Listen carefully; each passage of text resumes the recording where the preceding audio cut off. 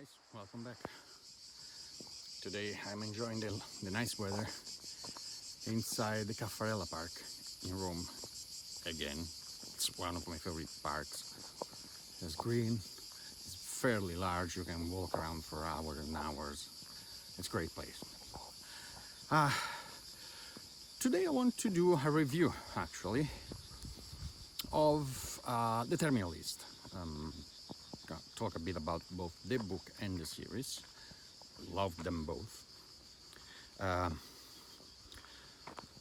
watched the show first and then read the book, so not to ruin either. I'm going to try to keep it spoiler free.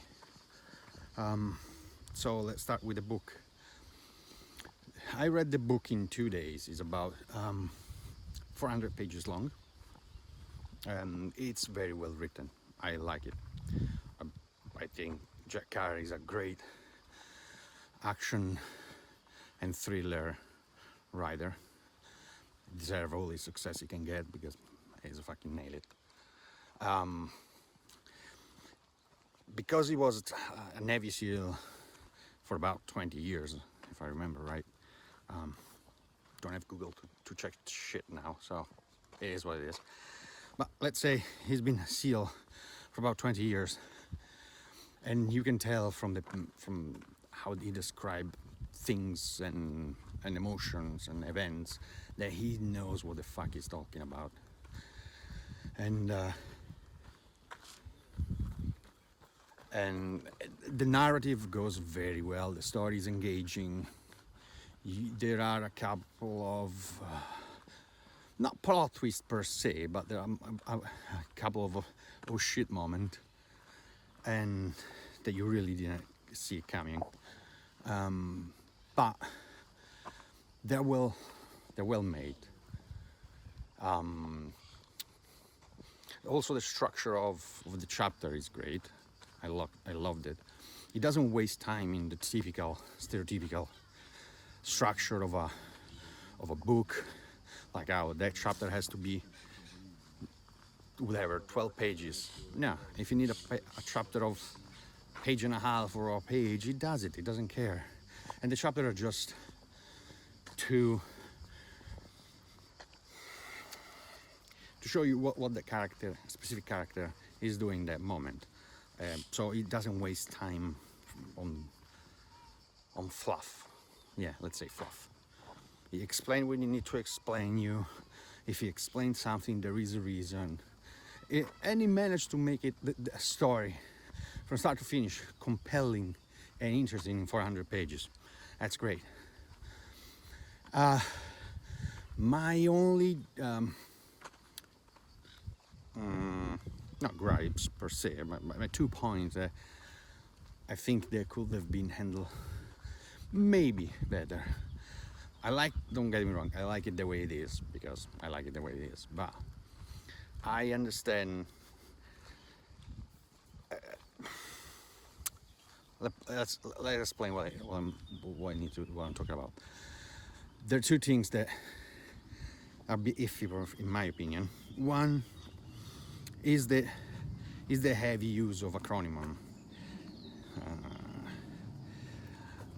For example, high value target is HVT, the IED, and MP, the CIS, the NCIS, and all these acronyms that granted someone that if you watch enough TV, you should know about them, for God's sakes.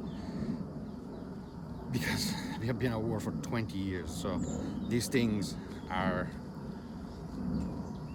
everywhere on TV nowadays, between one show or another. So most acronyms should be easy to know. But that's how people in the field talk. So I understand why they use it that way. And to be fair, there's also a glossary at the end of the book that explains everything you might not know. So that's one. 2 is let's put it that way. This book could be used as a shopping cart for for LARPers and airsofters, because they describe all this gear and oh, he has Salomon boots, he has Gator sunglasses. I use that. I'm lost. Fuck it, let's go back. And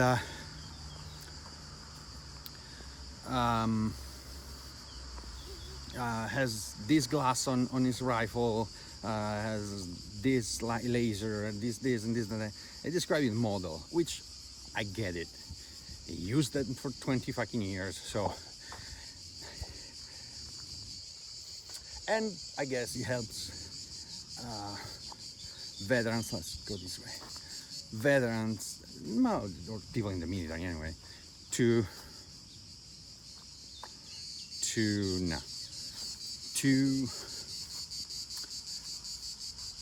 to know exactly what he's talking about. So, but again, it's a bit of a shopping cart. I enjoyed it because if you know, you know. So when he says something, you're like, ah, yeah, I know what I can do. So it's okay. Nerds are gonna have an orgasm though, but it's okay. So the book deserves a very well deserved 9 out of 10, easily. I just started reading book 2, so for now I'm hooked. I read 50 pages without even fucking blinking, I think. Yeah, 50 pages, something like that. So it's been enjoyable so far. So the show. This story is different from the book. The whole big initial accident that get the story into motion, the propel the story forward, is handled very differently. Not just that, but the entire story is different. They're both very enjoyable, and and they're both very enjoyable. I loved both rendition of the story. To use an example, to I can understand the difference between the book and the TV show are similar to the two origin story we had for Spider-Man. You know, so they are the same story told in two different ways. So it wasn't very interesting, and even though I knew it was coming because I watched the show first, when I was reading the book, I was still surprised because events were different, very much different. And in some regard, I understand why in TV, on TV, you have not just a budget, but you also have a PG rating. So certain things were not not appropriate. Although it wasn't that far off. Even when they get bloody, It's enjoyable.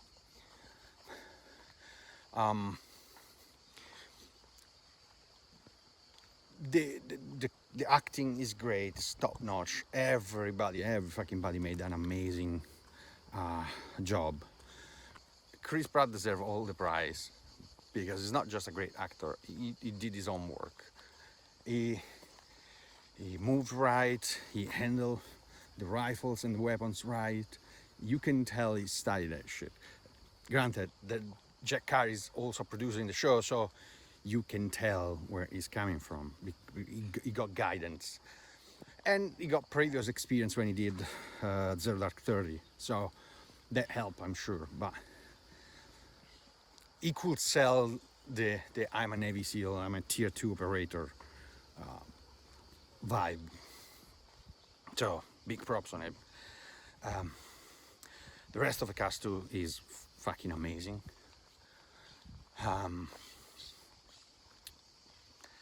And the initial attack is just gun porn for me, but especially given all the oh god, all the um, the guys taking part in the beginning raid. You saw the trailer, so you know it's coming, and they're all SEALs. So you see they move. You know them. That you can tell they know what they're doing because they're actually SEALs. They're not actors. So there's that. My only gripe with the show, if I have one, is and I heard other people complain about it, is that in the first episode, Chris is frowning all the time. He's more too stoic, perhaps, and that's because something they don't tell you at the beginning of the book, at the beginning of the show. They instead tell you in the book, which is that he has massive headaches. So it's understandable that he's frowning because his fucking headaches are killing him. You know what I mean?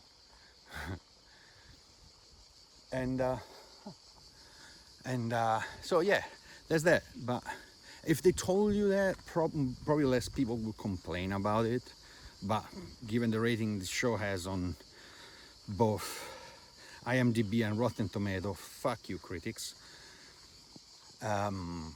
Everybody's loving this show.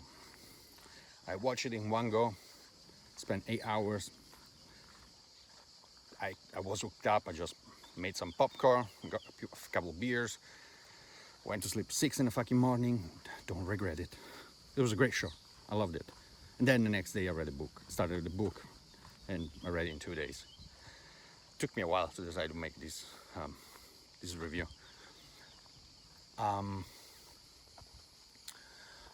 I enjoyed both, as I said. The show deserves a nice 9, not an out of 10 as well. It's great. I loved it. And I suggest if you want to get into it, watch the show and then read the book like I did. You're gonna have a blast. Because sometimes when you read the book first, then you start nitpicking about the differences between one and the other. But if you do the other way around, you probably enjoy more. For example, I cannot watch Lord of the Rings. They made some changes of some characters that I couldn't tolerate, so I barely watched the second movie and didn't even bother watch the third one. So it is what it is. That's all for today. I think I finished here. See you later, guys.